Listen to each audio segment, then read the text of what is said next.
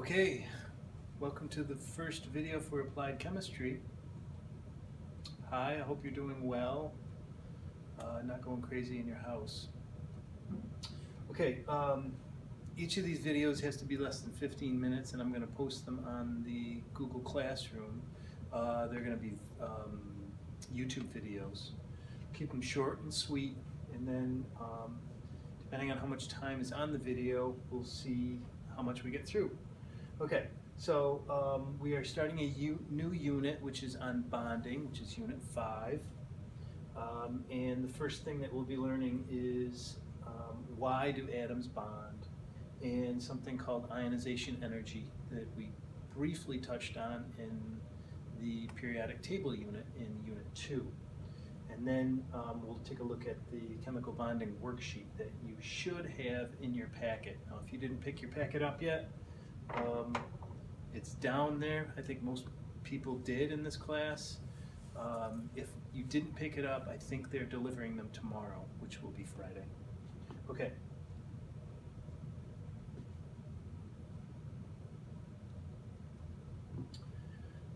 Also, I posted a version of this that was completely filled, and I put a note on there. You don't have to fill all the way, fill it all the way up.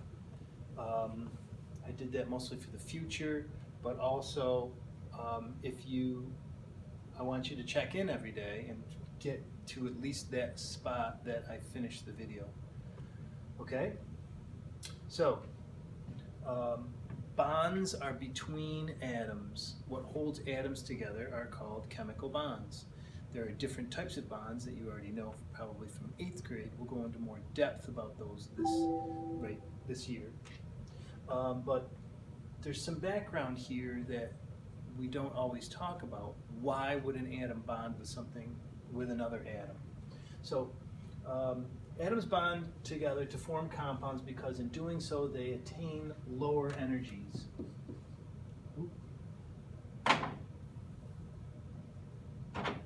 Lower energies than they possess as individual atoms. A quantity of energy equal to the difference between the energies of the single atoms by themselves and the energies of the combined atoms when they chemically combine with another atom is released. So there's a difference between those two, and that energy is usually released as heat. Heat is given off most of the time. That is, the bonded atoms have a lower energy than the individual atoms do. So when atoms combine to make a compound, energy is always given off. Okay? So when they are making a bond, we make a bond, energy is given off. And that seems counterintuitive. And the best way I can describe that to you is if we use some magnets. You know that magnets are attracted to each other, and the best way to describe this is when you hear these two magnets coming together, energy is given off in the form of sound. So we could pretend that these two magnets coming together, it's as if they are bonding, and when they bond, energy is given off. Now if I want to break a bond, I have to add energy in order to pull them apart. That makes more sense. But when I bring atoms together, they form a bond and energy is released. Now the energy that makes up this compound is actually less than the individual atoms themselves. So energy is always given off, and the compound has a lower overall energy. Okay?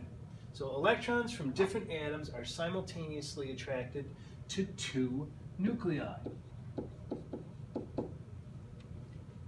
In other words, their valence electrons are. Just to remind you, valence electrons are those electrons on the outside, the very outermost ones. Okay? And it's the negative charge of the electron, that's attracted to the positive charge of the protons in both nuclei. So they're kind of competing for the electrons. Bonds also represent potential energy, and we could say that it's also a type of chemical energy. Okay, so just to recap, bond energy must be supplied to break a bond. So if this bond is holding these two atoms together, I have to put energy into it in order to pull them apart. Therefore, energy is absorbed.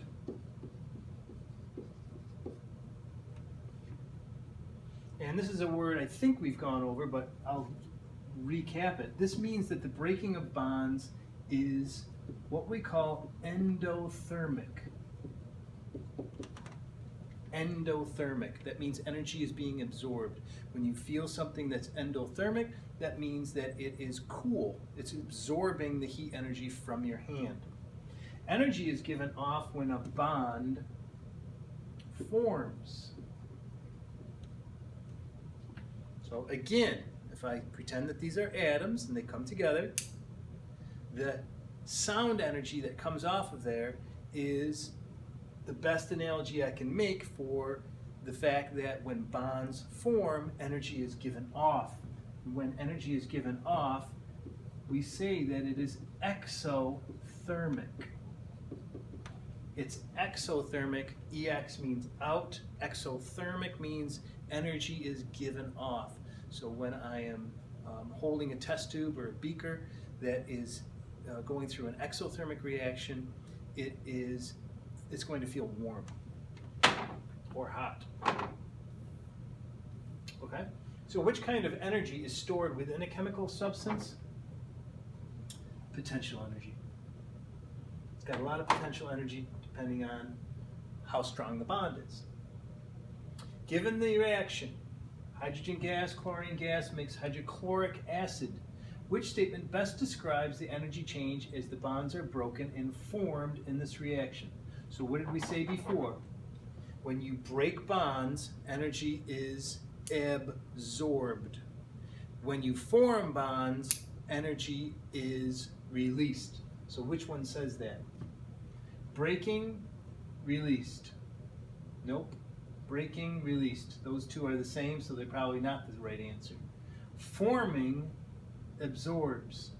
Nope. When I form a bond, it releases energy.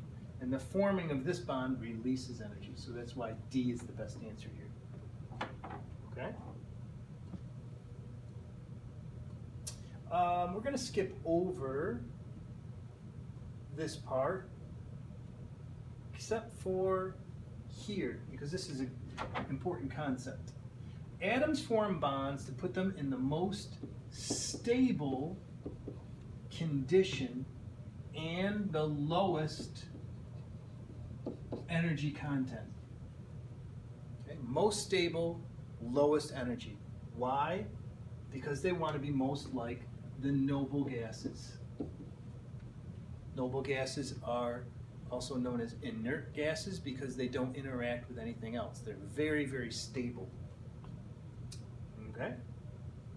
So all atoms want to be the most stable that they can be. That means having their outside or valence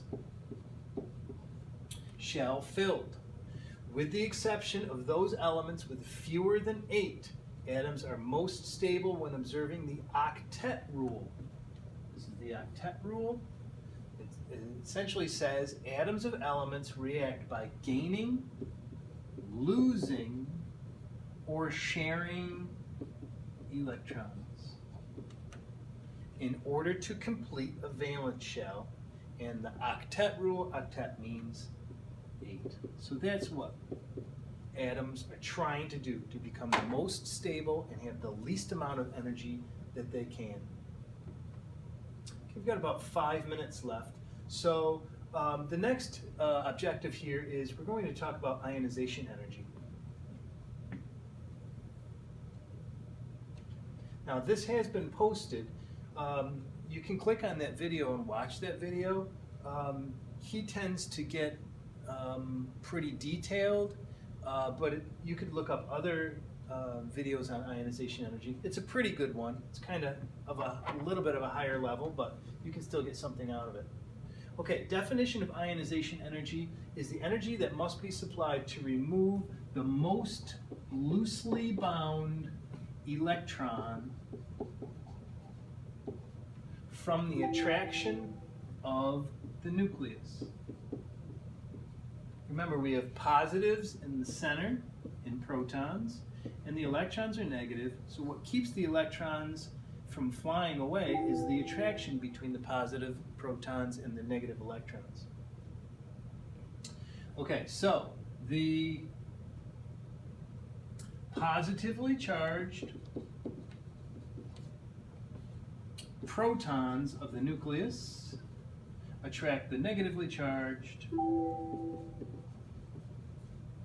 electrons. Those electrons that are closer to the nucleus require more energy. The closer it is, that works for these magnets too. Right here, I don't have to do much. When I get closer, I can already start to feel the pull. So the closer they are, the more energy it takes to pull them off.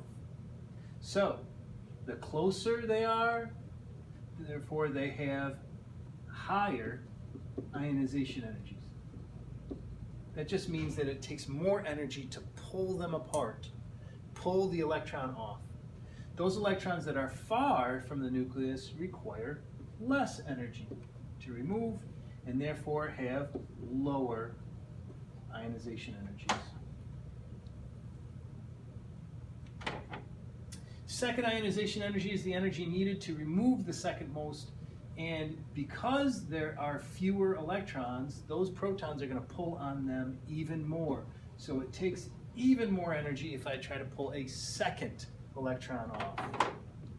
So what kinds of things will affect this?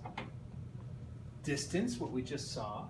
The farther an electron is from the nucleus, the less energy it needs to pull it off. And there's something called shielding.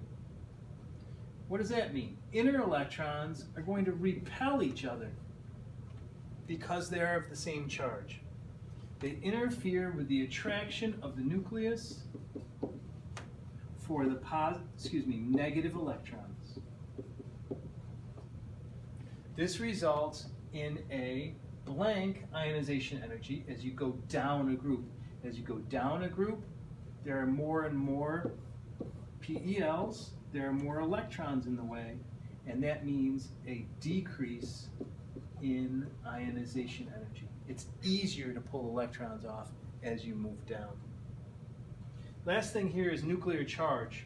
As the number of protons increases, the attraction between the nucleus and electrons increases. That should make sense. You got more positive charges, they're going to attract the electrons even more. This results in an increase